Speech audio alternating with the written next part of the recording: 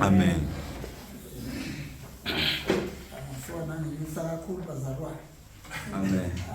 Ngoba ngizama ukuthi ngubamba umoya. Ungathathi ukuthi kakhulu umoya. Khona okwasathi umoya ngisiwona. Ngikwazi ukuhlukanisa umoya kaNkulunkulu nomoya wamadimoni. Amen. Ngiyabingelela ke bazalwane egameni elihle leNkosi yethu uJesu Kristu. Amen. Lokho ke bazalwane sibonga ukuthi ke sifikile la endaweni yaseJoni. Hayi kuyahaja baba. Hayi kuyazungezwa ngiyabona sekuzungezwa ukuthi sashona le sabuye sagcine sesize ngapha. Manje ngabe ngisazi manje.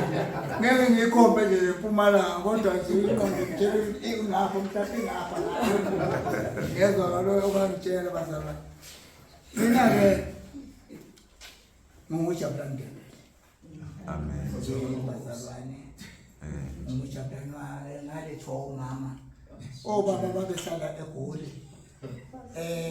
Bengenaso isikhathi sabantwana kodwa omama yona ababekwazi ukwetha nabantwana bebetha amagama kufana nokwanamhlanje.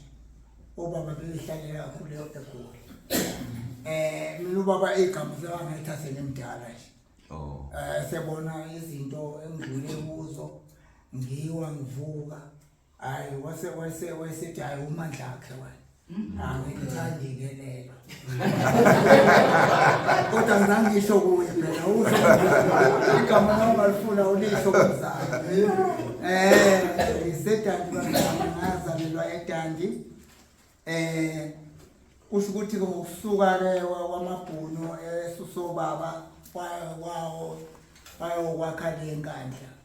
Sasuka ke enkandla ke thina ke sabuya sezala eHlatidem. La ke ngithola ukuthi ke ngo-1984 ngahlangana naleli ivangeli ngiphuma eZiwo ntangaphuma. Ayasiphenduka ngesikhalanga Ubunjilo lakho. ngihamba namagadi. Lapho kuphatha khona isiqwayi esingaphezulu kwale engalo yami. Na usubambile uzwe ukuthi cha hayi manje sengisemandleni. Ingakho nje uJohn ihlola nomoya baningi abachithekile izwi. Bazalwane nokho ke ngamhlupha kakhulu brother Sibisi. Nami sengiqalekile emahlelweni. Amahlelo bazalwane anemiyalo yabantu. Sengiqalekile emahlelweni ngase ke ngikhuleka kuNkulunkulu ukuthi Nkosi kanti kiphi elakho impahla. Ngithe noma sengizophuma ke sangibona izayo ngoba khona isinye sasholo sathi hayi wena hamba wena. Thena ikhandlela eliyelo uthene elimhlophe. Ngoba sibona uhamba. Athi mina ungathi usho lento ekimi enhlizweni yakho. Sengikhathele ubuhlelo manje sengifuna ibandla kaNkulunkulu. Amen. Nokho kungangikade ngine-tract yayenginikezelo nesisasebenza e-console. Ngilezi tract elisho i-tract elijilinye ibandla leqiniso. Mamhlasele bazalwane ngahamba phela ngegodla iBhayibheli lami ayafika phela amandla bazalwane. Ngabaptizwa ke ngo-1984.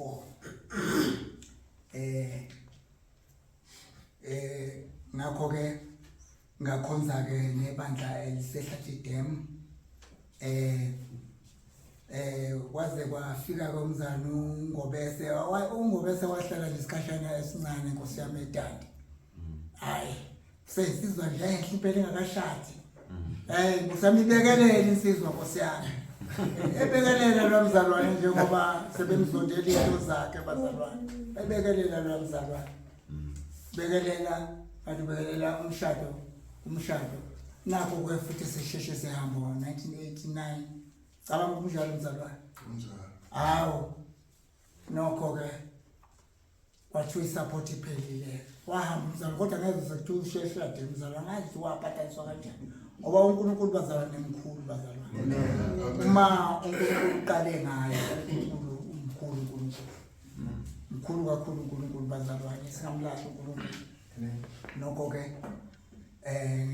indoda ke eshadile enginabantwana ke abayisikhombisa abantwana enginabo abazukulu sebe-14 nokho ke abantwana ke bazalwane muhle umntwana semncane bazalwane muhle esemncane salandela abazali kodwa mase bekhulile bathatha indlela yabo even ababaptizwayo bazalwane bazukulu bawu-14 nje abashadile abantwana babo ngakho ke bazalwane isililo usemuhle mzalwane nasakhulisa abantwana bakho sizofika isikhathi sokuthi bakuhluphe kodwa ke okuhle ngakho nje bayahlonipha kuhamba ngabazalwane bayahlonipha futhi ke nokho abaphikisana nevangeli ngoba bakhuliswe ngalo nangabe kulala ngathandaziwe ngisho kahle kusho ukuthi khetha ukuthi ufuna ukuthi ke wena biza amadlozi akho abize biza amadlozi akho asazi ke wena unganaNkulunkulu fanele kube khona uNkulunkulu umuntu udalela ukuthi bazalwane kube khona la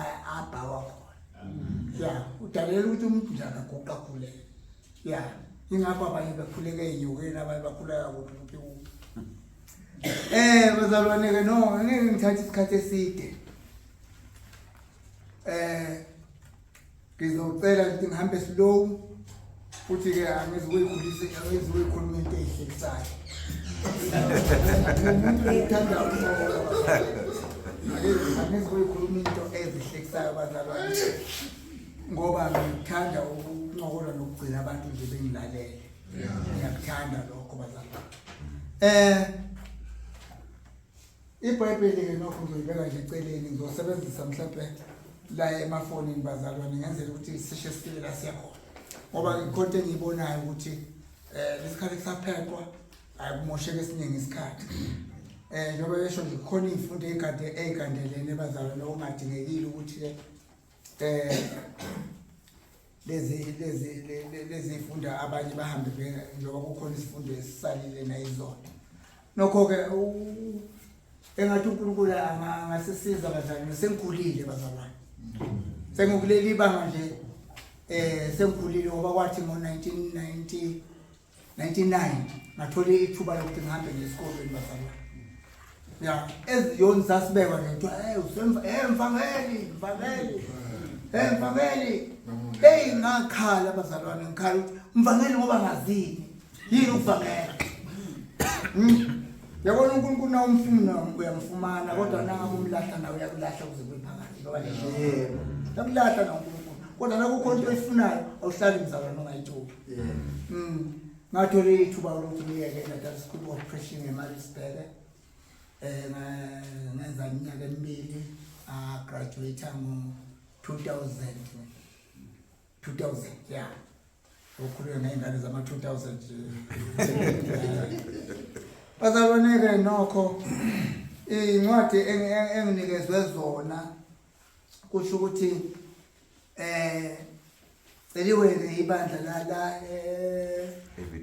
eVetbod ngicabanga nje amabhunu nangabe ngicabanga leli gama ngicabanga amabhunu kunjalo zala ngicabanga nje ibhunu nje ngicabanga amabhunu kusho isanga elimhlophe ukushisana elimhlophe isanga elimhlophe siyabonga ngibonga kakhulu bazalwane ngibuya ekwedukeni bazalwane ngibuya ekwedukeni ngakho-ke ningibongisa uNkulunkulu engimkhulekayo bazalwane ngoba izwi kaNkulunkulu lithi afanele sihlanganyele nomzalwane uma kukhona isici asenzayo noma ephula izwi kaNkulunkulu ngakho abazalwane baphula izwi kaNkulunkulu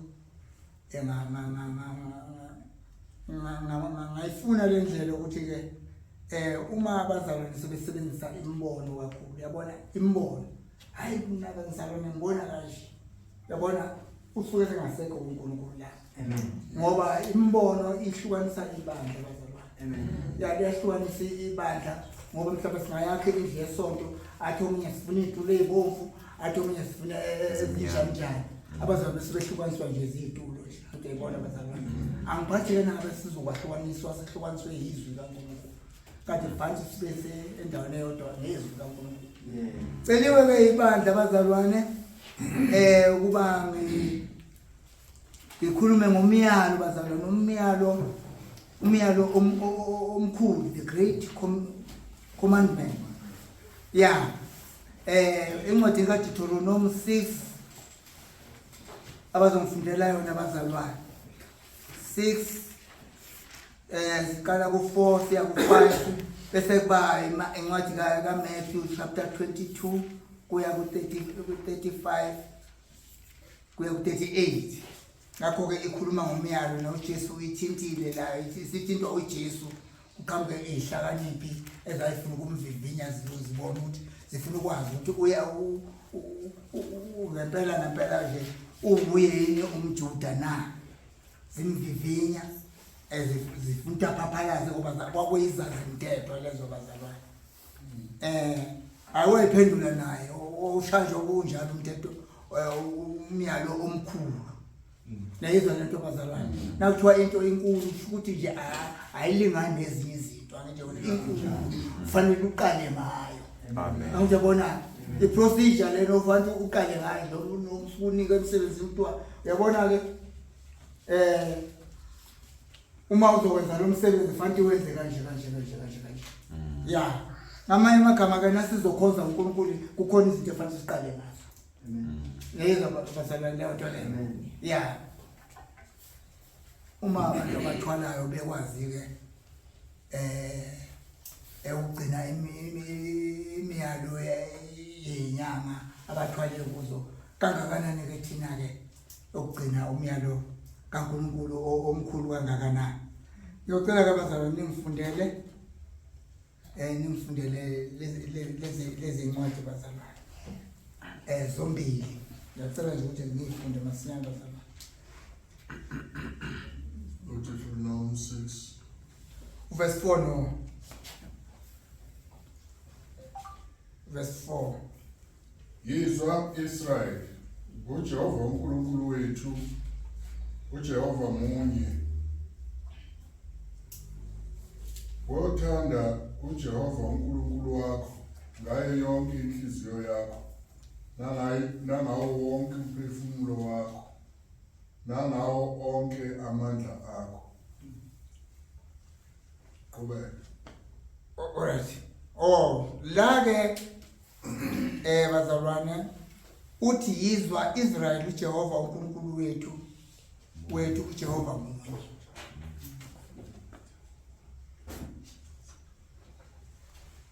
Uyedwa akekho umunye.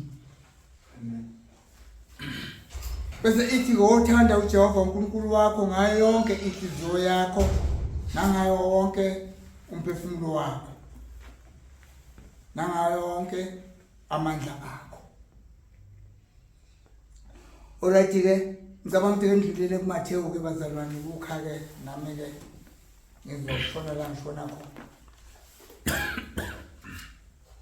Mathewu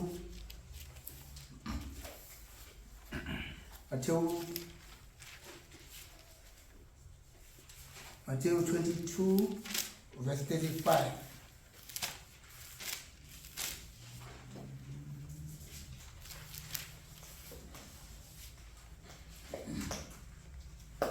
Omunye wabo izazimthetho wamlinga wathi, "Mfundisi, ngimuphi umyalo omkhulu emthethweni na?"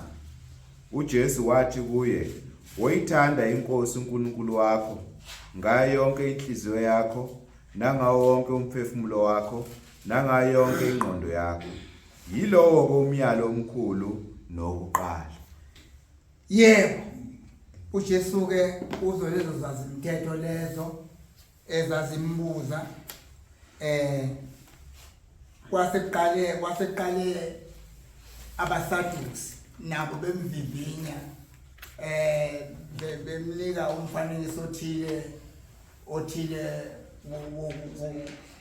ngoba babemelene nokuvuka kwabafileyo.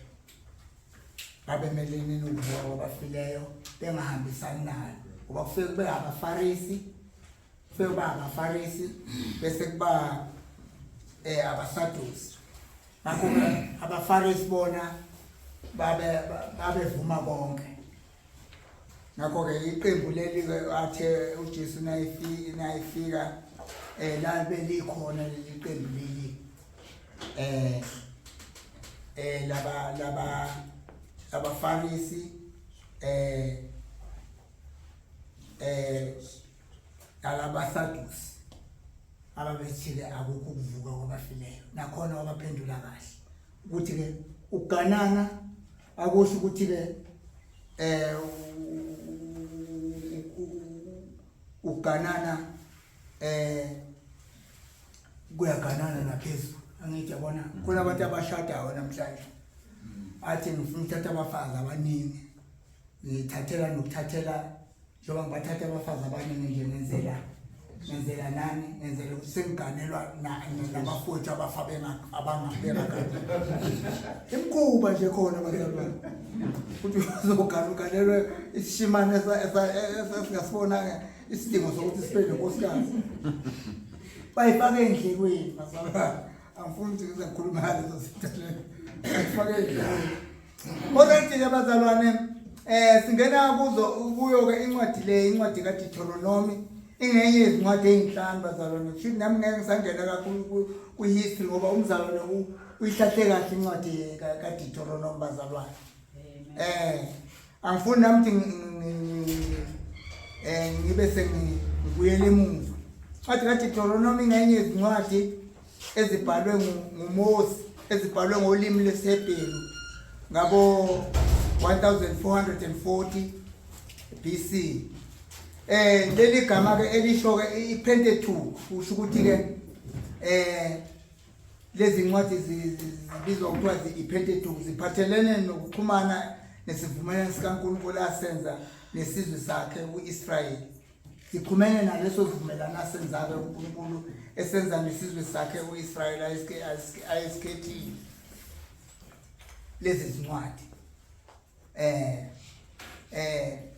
le ncwadi ke ukuthi Deuteronomy kusho impinda mthetho umthetho lapho siyaphindwa kusuke washaywa lapha uko lapha ku entabeni yaseSinayi uze washo umzalwane ukuthi ke le indawo yakhona ebizwa kuthiwa Horeb kakho ke uqale lapho ke lapho uNkulunkulu lapho okuthiwa abantu bakhala bathi ke uMoses ngoba kwakudinga ukuthi ke bazilungiselele ukuhlangana noNkulunkulu bazalwane njengoba sikholwa nje sizilungiselele ukuthi sihlangane noNkulunkulu ngakho na uzohlangana noNkulunkulu kufanele ukuthi ke ukhonze uNkulunkulu ngakho ke nabo uma uNkulunkulu ezoshaya umthetho baze bakhala bebona lezo zimangaliso ezenzakalayo batutumela bazongacela ke uMoses ukuthi uMoses ke akube uyena omaphakathi kwabo nobani noNkulunkulu njengoba nje nathi namhlanje uJesu emphakathi uJesu emphakathi kwabantu noNkulunkulu bathina sixabene noNkulunkulu ngokwenza isono sixabene phakathi noNkulunkulu kodwa uma sibuyela kuJesu nathi ke igazi lakhe uJesu liyasihlanza sikwazi ukuthi athi nanga bekubheka uJesu akubone igazi lendodana yakhe likusibekele ngoba izono zethu ayisinazo kodwa zisitshekelwe igazi lendodana kaNkulunkulu nokho ke le ncwadi inikeza ngokusobala ibusiso bazalwane uma wenza okuhle uyabusiswa uma wenza okubi uqale ekusiwe amen bazalwane uma umuntu esuka ezweni kaNkulunkulu uqale ekusiwe uma ubuyela kuNkulunkulu ubusisiwe amen ya ngakho ke kukithi isibusiso lesiqale njengoba iTestament elidala njengoba kuyachaza umzalwane ukuthi le lisithunzi sezinto zokoqobo ngiyabona ngakho ke siyakulo ngokuyofunda ukuthi sifunda ukuthi ke manje sibone ukuthi ke uma umuntu uIsrael wenza kabi uIsrael wayeqalekiswa wayebhujiswa kodwa uma ngabe enza kahle wayithola isibusiso amen ya uNkulunkulu kumngalokho ukuthi ke uma wenza kahle uzobusiswa kodwa uma wenza kabi uzoqalekiswa le ncwadi ncwadi inikeza ngokusobala izibusiso nezigaleko zomthetho uJehova uNkulunkulu abantwana bakwaIsrayeli yebo ebanikeze khona nguMose. Ngakho-ke kule ncwadi-ke sibona-ke kugcizelelwa kakhulu bazalwane, kugcizelelwa kabanzi kule ncwadi, ikhomba kulokho yebo ikhomba kulokho kwenkathi edlulile nasemsebenzini okumele wenziwe enkathini yamanje nasesikhathini sami esizayo. Ngoba uyabona nje izinto esizithola lapha kuDeuteronomy sithola ukuthi-ke njengoba esho umzalwane ukuthi akuphelele nje ukuzwa nokufunda, kodwa into elandelayo kufanele kube khona ukwenze njani ukwenza. Ngoba uNkulunkulu ufanele uzigcine izimiso zikaNkulunkulu nezahlulelo zikaNkulunkulu kufanele uzigcine. Ilokho okubalekile bazalwane ukuthi-ke sizigcine izahlulelo zikaNkulunkulu. Nokho-ke uthi-ke uDeuteronomy, nasibuyela kuDeuteronomy, wothanda uJehova uNkulunkulu wakho ngayo yonke inhliziyo yakho. Ngakho-ke uNkulunkulu uma umkhonza, uNkulunkulu udinga ukuthi umkhonze ngengaphakathi lakho, ngenhliziyo yakho. Uyabona kukhulunywa ngomoya, kukhulunywa ngenhliziyo, izinto lezi ezisondelene nomuntu ukuthi-ke uma uthi uyamkhonza uNkulunkulu kufanele ukuthi-ke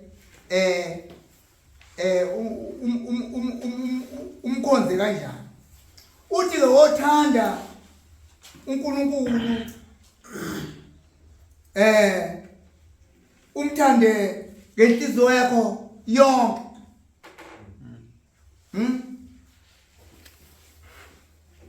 Ngakho-ke uma ukhonza uNkulunkulu kufanele nenhliziyo ibe khona. Neyizwa bazalwane. Amen. Ya. Yingakho uJohane lapha azathi uJohane isiqubulo lapha kuJohane itimu yakhona uJohane ithi akusikho ukuthi sikhuluma kanjani kodwa ukuthi-ke sihamba kanjani. Ngamanye amagama kufana nani, kufana nokuthi uma ethi umuntu uzolishayela engalishayela lona ibhanoyi. Bazalwane njengoba siphuma lapha sizophuma siyogibela nathi ibhanoyi. Ngisho ngithi-ke njengoNdebele ngithi hayi bazalwane lizoshayelwa yimina. Ya. Abazalwane afanele ukuthi bakuvumele lokho uma ngithi mina ngiNdebele ngikwazi ukushayela ibhanoyi. Bazothi-ke abazalwane abahlakaniphile bazothi awukuqale kuqala wena mzalwane ukulisuse sibone ugijimisa phansi ugijima kakhulu, sibone seliphakama, sibone selintaza emoyeni, uphinde futhi uzohlalisa phansi. Hayi ngaphandle kwamaphutha kusho ukuthi-ke ngamanye amagama seningagibela-ke bazalwane. Umzalwane akafanele ukuthi adle yonke into bazalwane ayidlayo, kodwa lithi izwi kaNkulunkulu fanele sihlolisise. Ngamanye amagama fanele ukhulume kanjalo futhi wenze kanjalo. Yileyo nto ayishoyo-ke uNkulunkulu ukuthi njengoba thi nizwa abazalwane bekhuluma ey'fundweni ezingenile uSabelo noTata Mloyi. Ukhuluma kakhulu ukuthi nangabe ukuthi-ke sithi siyakholwa uNkulunkulu fanele sigcine izimiso zakhe. Amen. Ngamanye amagama singagcini nje izimiso zakhe kodwa senze njani sizenze. Kwafika isikhathi bazalwane sisesikolweni ngoba uyabona na usesikolweni usadlizwe hayi baningi umoya abavukayo kodwa umoya ingcwele kuphela. Amen. Sathi right bazalwane, sasikhulumile manje sekwenele manje bazalwane. Sesifundile incwadi ngoba beke kungene nje abantu abazalwana abangothisha abazosishumayeza. Nango ke sekhoyo wathi wasesithi kodwa umzalwane ukhanyile. Ujawu sashunyezwa-ke manje. Osesizoshunyezwa. Yonke lento bazalwane sidla umqulu sihleli phansi sidla umqulu. Kodwa manje afanele manje usukume manje uwenze manje. Sishayeka lapho singamaKristu ukuthi-ke senze. Nakho lapho sishayeka khona. Alright. Ake sibheke nazi incwadi ka-Ezra bazalwane. eTestamenteni elidala uEzra laba babebuya lena ekuthunjweni lapha babekade bethunjelwe khona Ezra chapter 7 uverse 10 ake ningifundeleni yena abazalwane.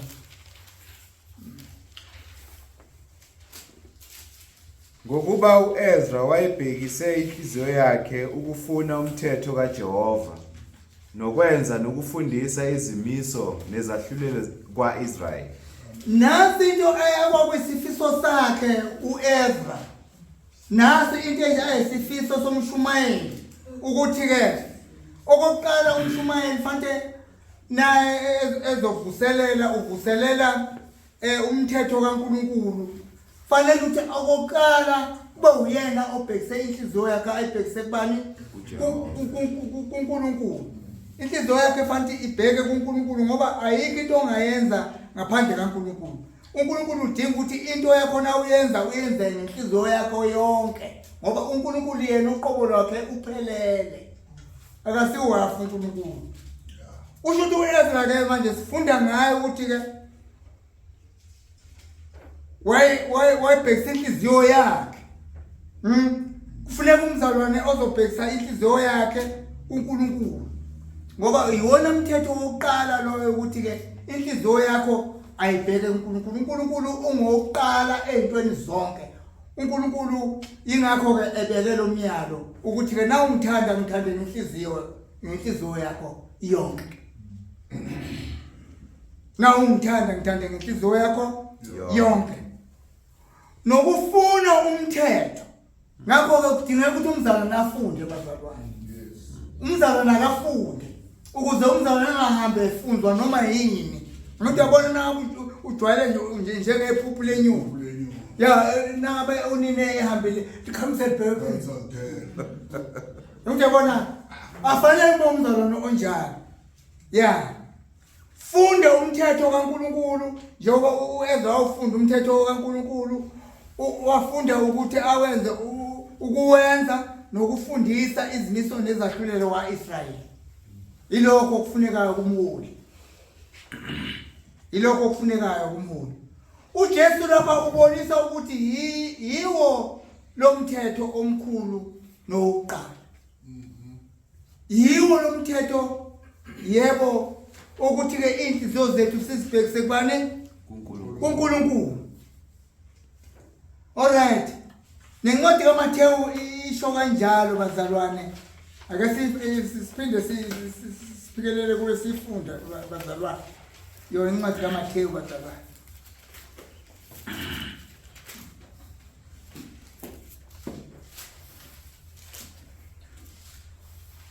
uJesu wathi kuye, "Woyithanda inkosi uNkulunkulu wakho ngayo yonke inhliziyo yakho, nangawo wonke umphefumulo wakho, nangayo yonke ingqondo yakho. Yilowo umyalo omkhulu nowokuqala." Inhliziyo yakho, umphefumulo wakho, fanele umthande ngomphefumulo wakho wonke, ngenhliziyo yakho yonke.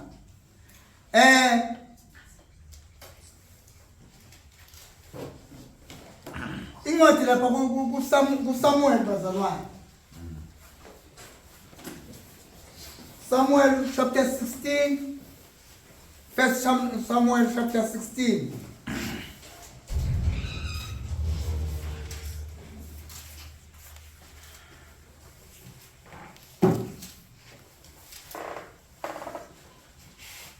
Chapter 16 verse 7. Kepha uJehova wathi kuSamueli, "Ungabheki isimo sakhe nobude bomzimba wakhe, ngokuba ngimalile. Lokhu uJehova engabukisisi okomuntu. Umuntu ubheka okusemehlweni, kepha uJehova ubheka okusenhliziyweni." uNkulunkulu uyayibuka abazalwane, akabuki njengathi. Ngakho ke udinga nje uba nasimkhonza simkhonze ngenhliziyo yethu ephelele. Wona myalo uqala loyo ukuthi ke inhliziyo yethu ibe kuNkulunkulu masi sikhonza uNkulunkulu.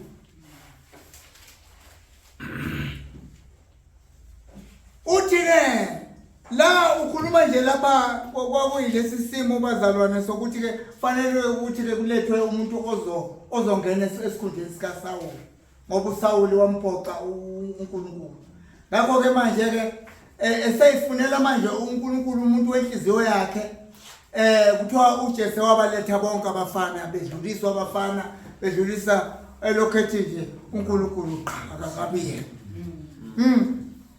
kwaze wakuzakala sebephelele bonke abafana na kodwa hayi kukhona oyedwa osasilela ukhethiza uNkulunkulu ubheka kanjalo bazalwane akabheki njengoba thina sibheka uNkulunkulu ubheka uthi singabheki ubude bomzimba ngokuba mhlawumbe ungamfuna lo muntu loyo kanti uNkulunkulu yena umalile akasamfuni uNkulunkulu ubheka umuntu ubheka okusemahlweni kodwa uNkulunkulu ubheka okungaphakathi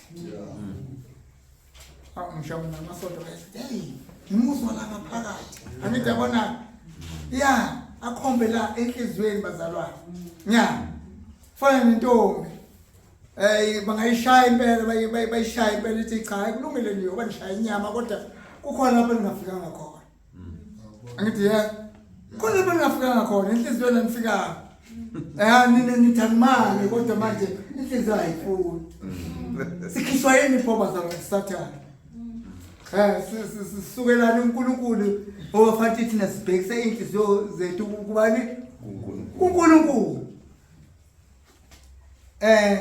ake sibheke nazi is bazalwane is la kazi ngizophetha kusekhona isikhathi First is chapter 28 verse 9 usazosho futhi lokho yazi esengiqedwe ukusho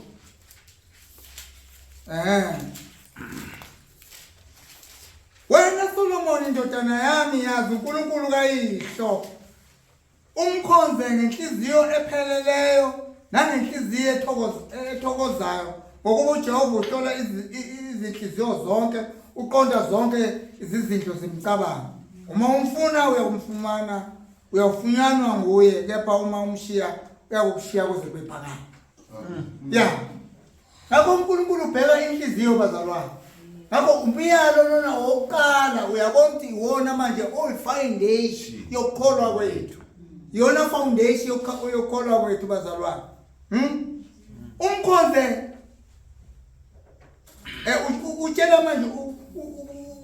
utshela manje uSolomon uthi yazi uNkulunkulu kayihlo njoba ingane nje zingamazi uNkulunkulu esimkhonzayo bazalwane khulumani nezingane ezimazi uNkulunkulu wethu ngoba lithi iBhayibheli yazi uNkulunkulu kayihlo umkhonze yena yedwa sazi kungayiyele embuzini ke wena kodwa ufundiswanga nini ngizange ngifundise imbuzi mina ahlukane nembuzi u11 ngahlukana naye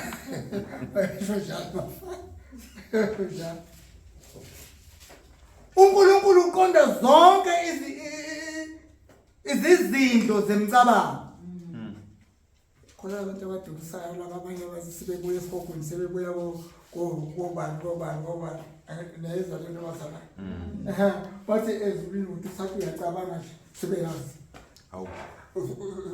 sebeyaphendula njani usathi uyayidla izinto angithi kwa ubona ukuthi ngempela khona kuhambisana nakho nokuba singeze sakholwa yibo kodwa kuhambisana nakho ukuthi usayicabanga uNkulunkulu le uthi useyazi ungakakhule useyazi uzokhuleka uthi ke wena angiyabona ngakho ke uNkulunkulu asimbeke ephambili enhlizweni zethu bazalwane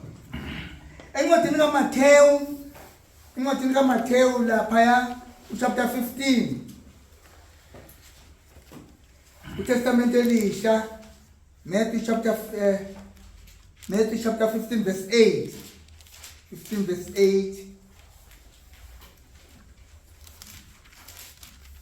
lesi sizwe simdumisa ngezindebe zomlomo kepha inhliziyo yaso ikude nami yebo uJesu ukhotha lapha indaba ekhulunywe uIsaya le ekhuluma uthi le uJesu waprofeta kahle uIsaya ethi lesi sizwe simdumisa ngendebe zomlomo kodwa inhliziyo yaso ikude nami uthi bangikhonza ngenze ngoba befundisa izifundiso ezimiyalo yabantu yizo lezi zifundisa ihambe bazalwane zizofaka imbono yabantu gcine nje ibandla seliqhuba ngembono kodwa nangimila uthi cha impela uyashumayela lo mzalwane kanti lo muntu nje uphila ngembono ngakho ke uNkulunkulu usuke engekho lapho bazalwane akukho oyokwamukelwa uma uNkulunkulu ungamthandi ngenhliziyo yonke ungamthandi ayikho into uJakobe usho njalo uJakobe 1 ukhuluma kanjani uJakobe noma asiyeli khona siye bazalwane asiye bazalwane ngoba ngizosuke ngijahe phambili ngijahe isikhathi yabona nje mhlawumbe khona la sekushiya khona yeah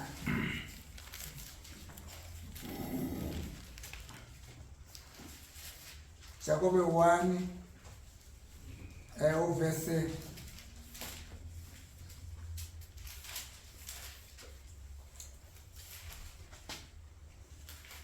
singakafiki verse 8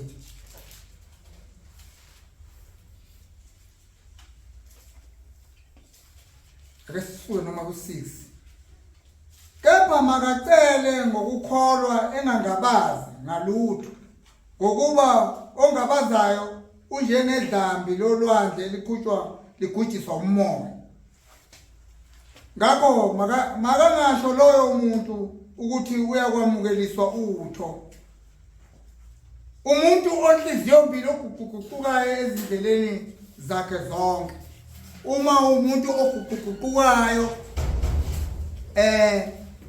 ayikho into ongayamukeliswa bazalwane uthi nje sengithandaza engathandaza kanti uNkulunkulu uyabona inhliziyo yakhe ayikho kulento ayikho lento lo ukhohlisa mina ukhohlisa umuntu ongakhohlisi angibona ngangeke ngisho emsebenzini bekukhona inzondo bakhona inzondo ekhona emsebenzini bazalwane khona inzondo ekhona emsebenzini ngiyibone zonke izinzondo ekhona zabantu khona umuntu okuhlekisayo kanti ngasese uyinyoka kuwo angithi yabona kodwa khona ngaze ngathi mina ungcono lo muntu ovele lo mazi ukuthi uvele umbone ukuthi akafuni futhi asho ukuthi ngiyangokufuna angikuphiwanga kunomuntu mhlawumbe ozothi hayi wamhlendebele kanti unethi ungasithela nje akusikizini angiyabona akakhulume ngawo bamsikizini ngithe konja ngezo ngiyazela kolisa bazalwane ngifune mahlala mthande ngomphefumulo wakho wonke njengoba incwadi yamahubo ithi mbonge uJehova mphefumulo wami ungakhohlwa imisebenzi yakhe yonke yomusa mbonge uJehova mphefumulo wakho uma umbonga ngengaphakathi ya njengoba lithi mthande ngenhliziyo yakho yonke uJohn 4:24 uthi uNkulunkulu ungumoya bonke abakhuleka kuye fanele bakhuleke ngomoya nangani nangeqiniso okhuleki ukuthi ngoba sizwa abantu bayakhuleka nje ukuthi yabona khona nalo mkhuleko esike siwenze sisembedini bazalwane ngithi kwasilele ngezizo akuthi yabona sithi ngoba phela nanithi mina asikhuleke siguqile engane uJona wakhuleka wayeguqile nesesiswini senhlasi akubona nanithi akuqo akusho lutho kodwa inhliziyo uhleke nakho lokho noma akuqile kodwa inhliziyo yakho ayibheke uNkulunkulu amen nasi into ebalekile bazalwane nasi into ebalekile okay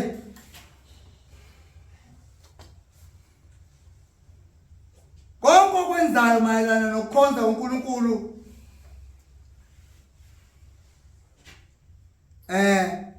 mkhonze nangengqondo angithi yabona lapha kubaliwe lapha emiyalweni lapho uthi nangengqondo angithi yabona kusho ukuthi zonke nje izinto zemcabango yakho konke kufanele kube kuNkulunkulu ngamagama akululanga ukuthi usuke akululanga ukuthi usuke kuNkulunkulu uma uthi noma usukhuleka umqondo wakho ube khona akululanga Ake sifundeleni naso baseKorinte ake siyeke enye sifundele lapha baseKorinte bokuqala bazalwane chapter 14 verse 15. Kunjani pho? Ngiza kukhuleka ngomoya, ngikhuleke nangengqondo futhi. Ngiza kuhuba ngomoya, ngihube nangengqondo futhi. Nansi indaba bazalwane. Uzohuba ngomoya. Ngoba uNkulunkulu ngumoya bakhuleka kufanele bakhule ngani? Ngomoya nangeqiniso. Futhi ngizohuba nangengqondo. Awuyabona? Yeah. Awasho umzalwane. Wathi noma sekuthiwa nje mhlawumbe nabo waqala iculo wakhona acula nje esecimezini babona abaculi bazalwane. Uze uthi lento le uyinikele kuye. Uyinikele kukho lokho akholelwa kukho. Amen. Nathi manje sibenjalo. Umyalo oqala omkhulu lo bazalwane. uNkulunkulu wayenzela ukuthi ke singahlubuki kuye. Amen. Singasuki kuye ngoba uyabona umuntu nayethi yakuthanda kodwa nje ekuthanda ngoba unento zakho ayisole ngaphelele lolo thanda. Ngakho ke asimthandi futhi uNkulunkulu ngoba kukhona asenzele khona kodwa simthanda ngoba eUNkulunkulu futhi sidalwe uye futhi ke simiswe uye ukuthi sibe khona. Mkhonzele uNkulunkulu nangengqondo. Simkhonza futhi sisebenzisa amandla. Yebo lento bazalwane. Yeah. Ngithi kulomyalo oqala ukukhambila indaba yamandla. Amandla akho onke. Sebenzisa amandla onawo ukukhonza uThixo, amandla akho onke.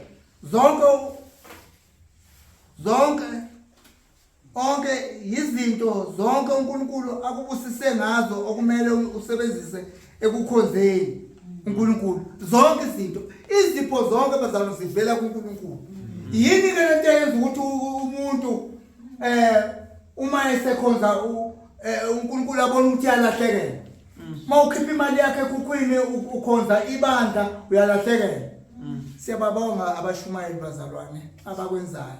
Fasikubuka lapha esikole sibona umuntu eyinikele ukuzothatha imoto yakho ibandla uma ngabe kuzoqala nje usuku lokuqala leviki kange ngibona abazalwane begijima yonke indawo bakoleka abazalwane. Ikuphi yena umzalwane akwenza mhlawumbe efike enkonzweni nje efike isole akafuni ngisho isitulo. Umuntu uyezwa abazalwane.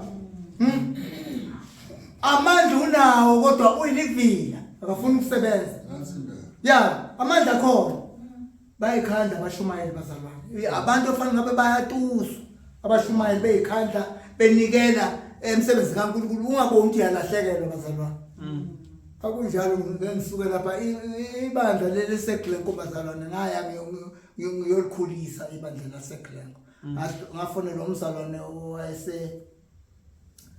owayesemsinga babethi uDlamini. Wathi khona untombazane oSeglenko manje umbona esekhonza nabashaya izandla. Ngihamba ngofundisa bengakwazi ngisho nesidlo okuthiwa ke lo shanga nayo engene ngokuthi waba embhabhatisile lo dade.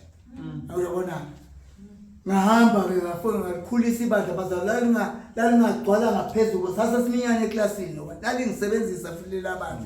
Mina bomama ngempela bamema ngesu ngishumayela nangabe ngisuka nje emsebenzini ngisebenze ngizoba off ngisebenze console. Ngifika nje sekuthiwa nje nangabe ungenayo khola ungashona khona mzalwane sicela ufike. Yashumayela ngiyabhabhadisa abazalwane ngiyafundisa wafika kuShange kona chitha ibandla abazalwane. Wathi nangabe ngibiza uyise nendodana nomoya ngcwele ngaphambi kokumuntu acwile emanzini wathi asengikhulume ngamagama amathathu. Wathatha labo bazalwane wabhabhadisa kabusha. Iningi izinto ayifundisa nani 144,000. Ngifundise kakhulu bazalwane. Umzalwane ungobese bengibanisene naye kakhulu. Awafika umuntu walichitha uprofeti wamanga wachitha ibandla. Ngisebenzisa imoto yami namanje isegarage le moto yami ngisebenzisa. ngingasho ukuthi bazalwane khiphani la ephaketheni lami yabona uyohlala iphakethe lakho gcwele emzalwane na ukhonza uNkulunkulu ngalokho akunikeze khona asizi ukuhlala wena uhlale uthi uyashona unjani hamba yakhona angithi mawungenayo imali yokunikelana nabanye bagijima baye komashonisa kodwa kungayile wena yeah uma umuntu ekwazi ukuthi ingane yakhe ingadlile agijima yaya komashonisa kona usuhluleka nje ukunikela nje unikela ngalokho onako kodwa kungayile komashonisa yala mzalwane yeah ngakho ke bazalwane izibusiso zivela ngakuNkulunkulu bazalwane sebenzisa lokho onakho ekukhonzeni uNkulunkulu amandla akho lo Amen. uzokusiza uNkulunkulu awulahlekelwa ngokukhonza ibandla Yeah. awulahlekelwa ngokukhonza ibandla abazali bafuna ukukhipha imali abazalwane yeah maqondana noNkulunkulu kodwa ama birthday party lapha udansa ingane ziyoshonela siyabonga bazalwane singabashumayeli angithi uNkulunkulu sekubusise ngakho konke usise ngakho konke uNkulunkulu bazalwane ngakho ngingasafuna ukuthi ngizisho ezinye incwadi bazalwane ake sithathe ngcone iJudges chapter 6 mphuthume bazalwane sabona bazalwane ukuthi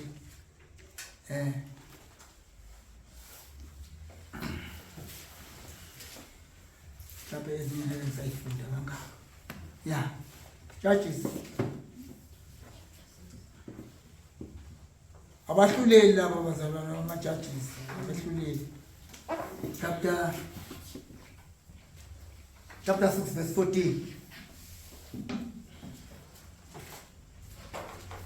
verse 14 uJehova wambheka wathi hamba ngalawo amandla akho umsindise uIsrayeli esandleni sakwaMidiyani angikuthumanga nawe. yebo ngakho uNkulunkulu uma esithuma bazalwane nasibheki ukuthi sinani kodwa lokho esinakho bazalwane even ongenamali bazalwane ongenayo imali sesathatha imali sayibeka phambili uqobo lwakho liyadingeka uyadingeka noma kuthiwa umshumayeli ungathi usubona usunezinto eziningi usuhleli azamkhonza uNkulunkulu angizabo leyo nto leyo iliphutha elikhulu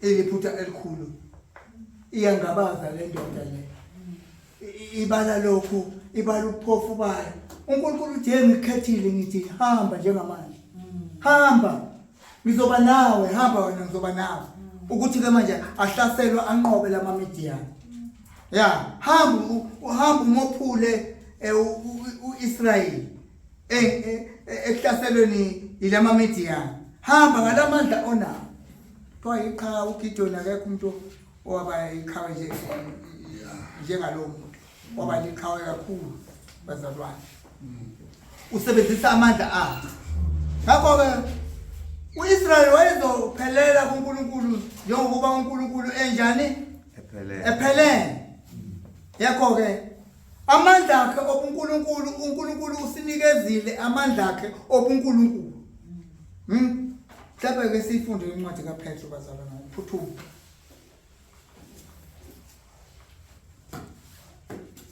Petro wesibili chapter 1 verse 3 Njengokuba amandla akhe onke obuNkulunkulu esinikile konke okuqondene nokuphila nokumesaba uNkulunkulu ngokumazi yena owasibiza ngenkazimulo nobuhle bakhe. Yebo. Njengoba amandla akhe uNkulunkulu esinikile konke. Usinike konke uNkulunkulu okuqondene nani nokuphila nokumesaba. Usinikezile ngakho ke amandla esinawo Fanele sisebenzise wona lokho. uNkulunkulu akafuni ongenakho, ufuna lokho onakho. Amen. Yeah. uNkulunkulu unjalo bazalwane. Usebenza ngento onakho. Fana nomzonikela futhi. Na unikela, nikela ngalokho onakho. Angithi. Akakufuni ongenakho. Msukucashisa ngalokho onakho. Ukucashisa. Yeah. Sebenzisa lokho nakho ekukhonzeni uNkulunkulu. Amandla onawo, amandla oNkulunkulu ukunikezile amandla oNkulunkulu.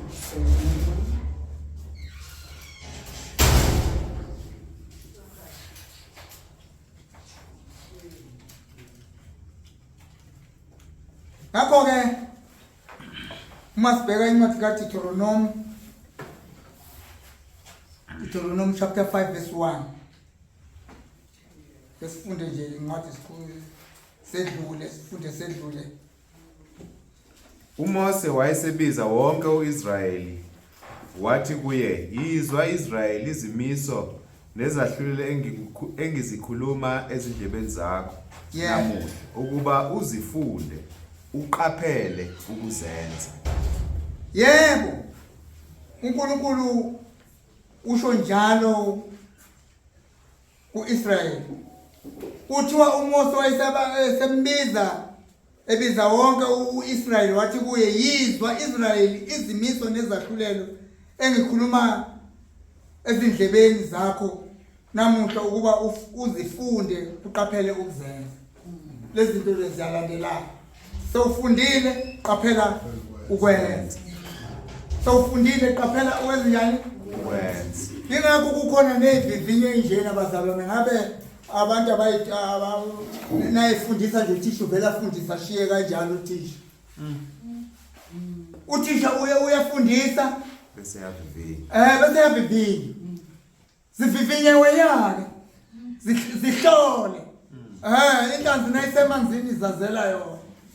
Ngoba nayisisodake ngayikwazi ukuthi paqo. Ngiyabona zihloleke nawo. Usekukho ilukholwa na. Ngakho uIsrael wafanele enze njalo. Agcine izimiso zakhe nezahlulelo zakhe. Nathi kukhona uJesu asinikeze khona ukuthi sigcine. Azathi uJesu uma umuntu engithanda uyogcina imiyalo yakhe. Yabona?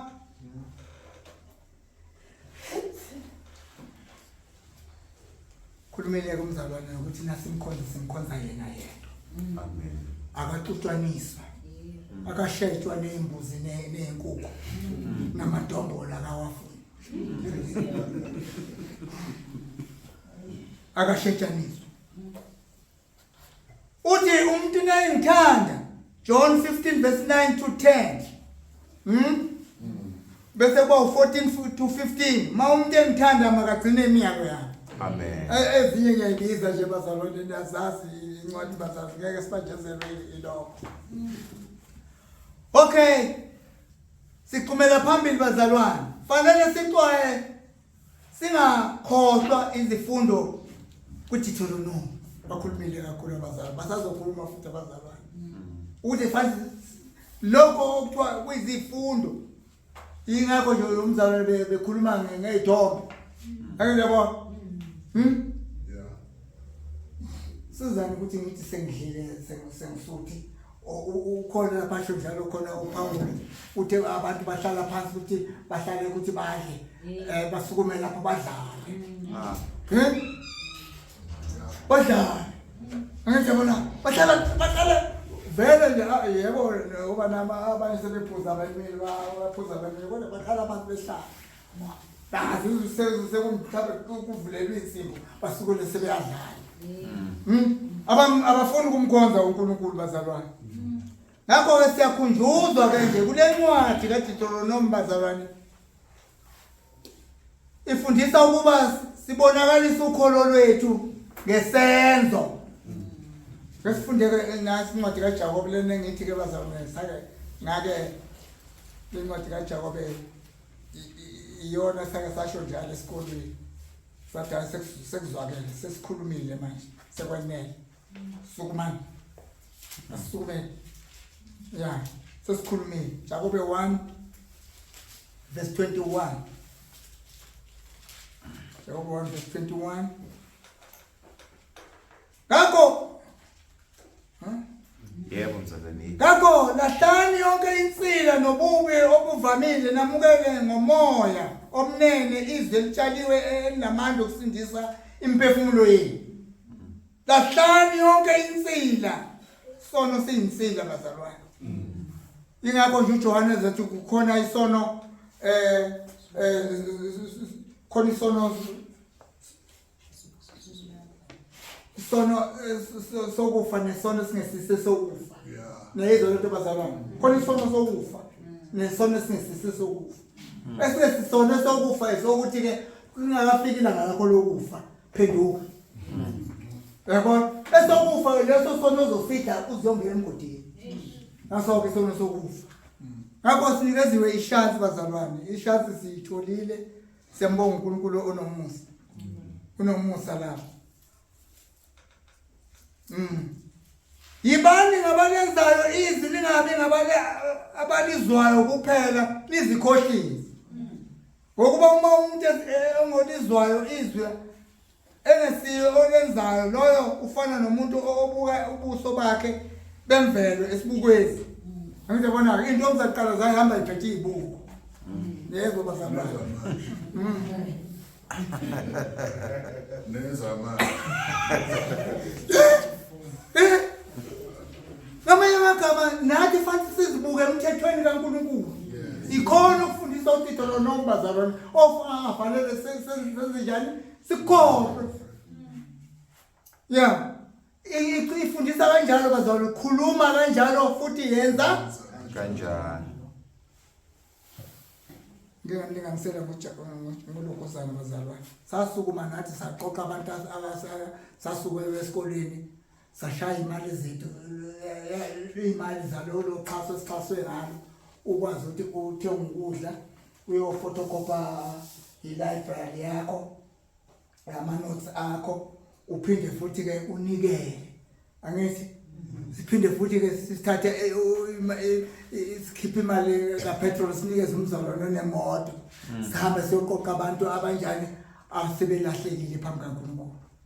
Angijabona. Sasikhulumile sakwanele bazalwane. Sekufanele sithule. Asime kuDeuteronomy siye kuJakobe. Yeah, singamshiyi futhi uJesu oba phela umqalisi. Ungena ngokuqala bazalwane. Eyintweni zonke. Ngakho inkosi yamakhosi yona ngokuqala fanele singayikhohlwa lezi zifundo. Okay. Ake sibheke enye incwadi bazalwane kuye uDeuteronomy. Sokuzongena isiphethweni babakanye nje bazalwane. Ayisizongena isiphethweni futhi nakhona sengiyaqhuma ngiyagijima. Amen. Sengiyaqhuma ngiyagijima. Ngeke siyifunde zonke. Deuteronomy bake bayithinta abazalwane, Deuteronomy 12 verse 8. Deuteronomy 12 verse 8.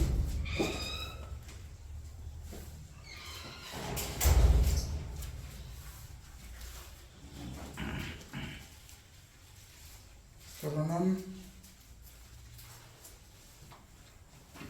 12 verse 8. Aniwenza njengezinto zonke enizenzayo lapha namuhla. Kube yilowo nayilowo njengolungile emehlweni akhe. Yebo. uNkulunkulu akakhonzwa abazalwane ngemicabango yethu. Ngokuba imicabango yethu akusiyo imicabango kaNkulunkulu. Njoba u55 Isaya lapha esho njalo bazalwane u8 no9. Lithi kaNkulunkulu nemicabango kaNkulunkulu ingaphezulu kwemicabango yethu. Ngakho ke singalingisi ke ngathi sefanele ukuthi uNkulunkulu simelekelele manje. Angijabona simelekelele manje ngoba sabona ngakhuza ebandleni bazalwane ngakhuza. Ngathi uma kukhulunywa ngomnikelo angeke sijaje lapha sithi ke usibani fanele akhiphe imali kanje. Khipha imali uma inyanga iphelele uholile khipha imali engaka cha sikusebenzisa lokho. Kodwa sisebenzisa izwi kaNkulunkulu. Izwi kaNkulunkulu ilona ofanele silandele lona. ngaphandle kuba size sibanjwe ngobhongwane kuthiwa nikela mzalwane siyakuholile mzalwane siyakwathula kodwa uzazi wena ake ndabona uthi uholile konje payday akekho ongaholanga hole ngisho uhlala yahola nenhlanya lapha eSouth hole ngisho uhlala esikufundayo lapha naku verse 32 lamazwi angumgogodlo owathi uma uIsrayeli ama-Israyeli amaningi wathi ingosana yawo kwasala insali asifundisa kithi-ke namhlanje ukuba sizihlole ngawo ebuKristwini. Amen. Fanele sihlole ebuKristwini bazalwane. Ya. Yabona nje ukuthi uPaul asizihloleni. Inhlanzi nayo isemanzini iyazazela bazalwane. Ya. Ngiyinyoni indiza phezulu sinake yawavala amaphiko izoshayeka phansi. Ya, fanele ivula amaphiko. Nathi ukuze sifike kuKristu bazalwane. Fanele sizikhumbuze lokho okushiwo izwi laNkulunkulu. Kwincwadi kaDuteronomy uJehova uNkulunkulu uxwayisa uIsrayeli ukuthi bangakhohlwa imiyalo yakhe nezimiso zakhe funa sebedlile basutha. Alapho sebakhile izindlu ezinhle sebeneyinkomo nezimvu nesiliva negolide nakho konke. uNkulunkulu wayebaprovide ngakho konke lokho. Kodwa kunjani sindoda sinake nje imfuyo yakhe sibone sinomndlu wayo sihlala phansi asamkhonza. Bazalwane aseuhamba nazo lezi zinto sezulwini bazalwane. Amen. Ya, ingakho nje izwi kaNkulunkulu ligcizelela ukuthi ke fanele zingenise ihambe. Khona abantu abathukuthelayo ungenisa isihambe ekhaya. Thukuthela uzohlala nje nayi. Muthe bona uzohlala. Ya, uzohlala. Akade lapha esikudlala. Uma engakutholanga lokho akutholi hayi inkonzo ibimbi. Amen. Bazo bashona sengcwabeni abantu akade belila. Abumubi kabi. Ungayibona umtati lapha. Singabi abantu abanjani bazalwane. Sihlala nabantu ababe ezweni bazalwane kodwa singakhulumi nje ngabantu basezweni. Ya. Ngakho ke thina simkhonze kanjalo uJehova. Uthi uJehova inhliziyo yabo bese iphakama bekhohlwa yikho konke abenzele khona uNkulunkulu. Unjalo umuntu bazalwane. Ya. Unjalo umuntu. Bazalwane ngamabomu ke ngidlulile esiphethweni bazalwane. Amen. Hayi bengidlulile esiphethweni. iBhayibheli ithi konke okwalotshwa ngaphambili u15:4 khona umzalwane ke wayethinta ngicabanga nomsabelo okathinta elokuzini. Ngifundeleni yona ngedlule bazalwane sengiyaphetha bazalwane. Amen. Sengiyaphetha bazalwane. Sesesiphethweni. Sengizongifundela nje zona ngisezokhuluma kangaka. Ngenzele ukuthi ke singabe sesikopela kakhulu. iBhayibheli ithi konke okwalotshwa ngaphambili kwalotshelwa ukufundiswa kwethu. Amen. Ya. Amanye amagama siyazibuka kuTestament elidala koDuteronomy ukuthi uma uIsrayeli ehamba phambi kaNkulunkulu uhambe kanjani yini izinto ezibeka amaphutha abo. Amanye amagama abanye bazalwane zange besangena njengoba kuthiwa abantu abana 19 years abangena abantu abancane. Namhlanje laba abantu abancane bayabaleka bazalwane babaleke ebandleni. Lethe ngaba nazo zonke izinto abaleke ebandleni. Angazi abantu abancane kwenzakaleni bazalwane. Ingakho ngijabule nje nangibona nje kuvuka abantu abancane. Ngiyanibongela bazalwane ngisebancane ngibongela kakhulu. Ngingamiyeki uNkulunkulu. Amen. Ningamiyeki uNkulunkulu unganede akunikeze zonke izinto uNkulunkulu sinonkosikazi omuhle niyasebenza noma ninjani senibona ukuthi manje sefanele niflathele uNkulunkulu. Kaflathele uJehova bazalwane. Amen. Akaflathelwa ngezinto asesinikeze zona. Ya ukuthi unemoto yakho nokusha fanele ugibele ngishuhlanye. Gibele emotweni yakho. Iphala lona linuka amakhwapha aligibele. Ya. Ya, uNkulunkulu uyadinga. Uyadinga leliphala lelo wena. Liphi ukudla futhi leliphala. Angiyabona. Uzungibonga. akhongozela umuntu ongamnikeza lutho wena. Amen. Asisebenzise esinakho bazalwane uNkulunkulu asibusise ngakho. Abanye azange bambona uNkulunkulu. Ake ngumfundele 1 Corinthians chapter 10:11. 1 Corinthians sengiyaphetha bazalwane. 1 Corinthians chapter 10.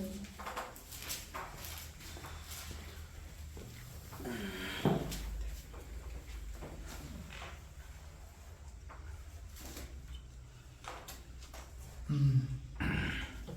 10:11. Futhi ningakhonongi njengabanye kubo bakhonona babhujiswa ngumbulali. Kepha lezo zinto zabehlela bona kube isibonelo. Kulotshelwe ukusiyala thina osekufike kithi ukugcina kwesikhathi. Ngakho bazalwane ama-Israyeli akhona ngazange sangena. Ngoba ngisho ukuthi kwangena uCaleb noJoshua bazalwane kwangena. Noma sebefika ngaphesheya bazalwane wathi kuNkulunkulu nangabe ukuthi ke nina nenza kanjena senilahle izimelwane sami ngakho ke ngiyonivusela izitha bazalwane. Bese bengakangeni khona wababambezela ehlane bazalwane ukuze sisefe bonke laba bantu. Sikamnandi abantu ababalekayo bazalwane. Ngoba babaleka nje babalekela isifundiso sikaNkulunkulu. Amen. Sibahawela sibajala ngemuva bazalwane. Baqhakambisa ubunye kodwa manje ubungcwele babushiye eceleni. Iqiniso likaNkulunkulu bashiye eceleni. Ngakho ke ngeke sibuyelane nabantu abanjalo. Ngeke abalahle. Amen. Balahle lezi zinto abazenza. Amen. Bazalwane bakhangile bazalwane. Khangile bazalwane. Khangile njengoba abantu bethwala nje. Angeke wethuke na ungezwa kuthiwa umzalwane usethwele. Ngeke wethuke bazalwane. Ngoba bayithanda izinto eziphambili. Yeah. Aniyala nina abantu abasha ngakwenzi lokho. Thanda uNkulunkulu yeneliswa yilokho onakho. Amen. Thanda uNkulunkulu wena isivumelwano sikaNkulunkulu imiyalo yakhe nezimiso zakhe njengokusho uDiutoronomy esho uDiutoronomy chapter 6 verse 1. Izwi lokulalela ligcizelela abantu kule ncwadi likhomba lokho kwesikhathi esidlulile nasemsebenzini okumele yenziwe ngenkathi yamanje nasesikhathini esinjani esizayo. Ngakho ke bazalwane kunjalo asisebenzise lokho esifusiswe ngakho ukukhonza uNkulunkulu. iBhayibheli lithi waya futhi esesibusisile ngakho konke esesiyakhohlwa umsindiso ogcotshiweyo ukuba wasibiza ukuba sisebenze esivinini. Ngakho ke Matthew 20 verse 1. Abanye bamile bafuna ukusebenza. Bamile. Kumele madoda angafuna ukusebenza la. Akekho siqashile. Uma umuntu eze ebandleni bazalwane uze uzosebenza. Hayi umuntu uzele ukuthi azolawula. Singabe ngamakhosi phezu kwamabandla. Nayizwa lento bazalwane. Yeah. Ngiyabonga bazalwane. Sengimdala bazalwane. Ngicabanga ukuthi nami basabela hayi. Ngeke ngaba nenkinga kakhulu bazalwane. Ngeke ngaba nenkinga kakhulu kodwa ngomkhuleko ngazacela umzalwane ngobese ngathi asikhulekisane umzalwane. Ngoba isithe esikhulu mina ngokubuya ngize phakathi kwethu. Angeke ngilikhohlwe izwi asho ukuthi usabela. Athi usabela phela umzalwane fanele uqaphele wena ukuthi uzokwenza iqiniso. Ngakho ke bazalwane uNkulunkulu unensali yakhe. Noma abantu bangenza abakwenzayo kodwa uNkulunkulu unensali yakhe. Ngakho wena unawe insali sukuma ke manje usebenze wakho umzimba kaNkulunkulu. Amen. Yeah. Amen. Nakukhulunywa ngobesifazana into abameme abantu besifazana kabeyiyeke indaba bebememe. Bashumayeli. Bameme bebiza umshumayeli. Yena lo muntu adana itiye. Yeah. Akabiza umshumayeli asebenze labashumayeli abasebenzi abashumayeli. Ngenikezeni abashumayeli umsebenzi bazalwane. Amen. Yeah, ukuze kwakhiwe umzimba kaJesu Kristu. Amen. Nawufika lapha kokuzakala ukuthi usefikile usibambane yebo usefikile. Akanibuza ukuthi umsebenzi wakho bekuyini. Sekuvulwa amabhuku lapha ayavulwa amabhuku. Nencwadi ziyavulwa. Yeah. Ekufa nokuphila bazalwane. Amen. Ingakho bazalwane siyabonga kakhulu. Sekufanele sabe angisenayo memory ekahle. Ngisho unqabe eqaleni bazalwane. Yeah. Manje sefanele ngisebenza futhi ngibhale phansi ngifunde. Bengazi ukuthi isifunda naze ngisethile. Hayi ngiyomemeza nje ozosale ayifundele. Amen. Kodwa mina fanele nje ngikhulume nje lokho esengifundile ngabungiselela abazalwane. Amen. Akunobuye ningixolele bazalwane. Amen. Ngiyabonga kakhulu sabela ukuthi ubuye ungilekelele ukuthi nathi ikhethe endala likhathazekile. Amen. Amen. Amen. Amen.